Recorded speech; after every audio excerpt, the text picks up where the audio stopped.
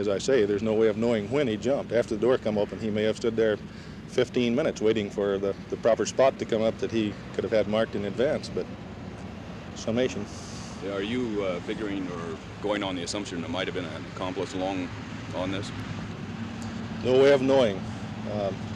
Pure logic would indicate that this man was very familiar with a lot of things. The stalling speed of the airplane, if and I am assuming from what I've heard, that he told them what speed to fly, what altitude, 15-degree flaps, etc., etc. So I'm assuming that he knew quite a bit about the airplane. If so, he must be well aware of jump procedure.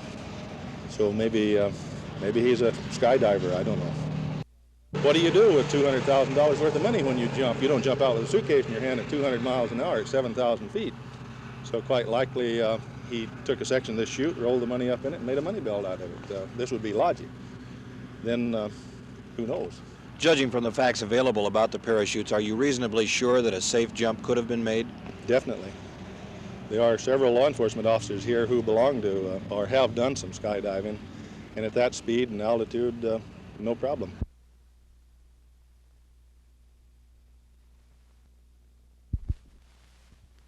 Information supplied by the airlines indicates to us and to the FBI that this is the area where the hijacker left the aircraft.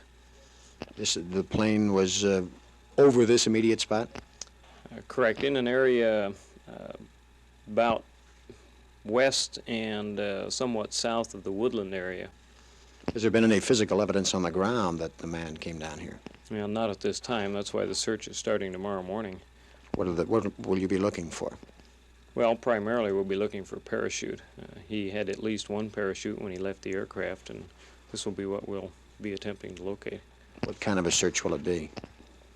It'll be two-phase, ground with the use of helicopters, and also an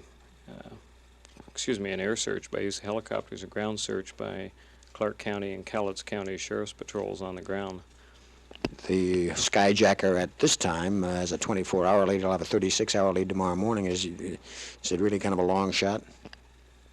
Well, any type of an investigation such as this is a long shot. We're hoping that through this media and through our contacts tomorrow, anyone that may have seen anything will notify us or their local FBI agent office. The weather in this area tonight is maybe a little wetter, but not much different from last night. There's an awful low ceiling. Do you think maybe he might have had trouble parachuting through weather like this? Don't have any idea. Apparently he knew what he was doing, and we'll have to assume that he made it to the ground. Whether he's hung up in a tree and we can spot a chute or not, that remains to be seen. He's been a very clever man so far. I would think the elimination of the parachutes, or at least hiding them effectively, would be part of his plan. Well, certainly a good possibility. Okay.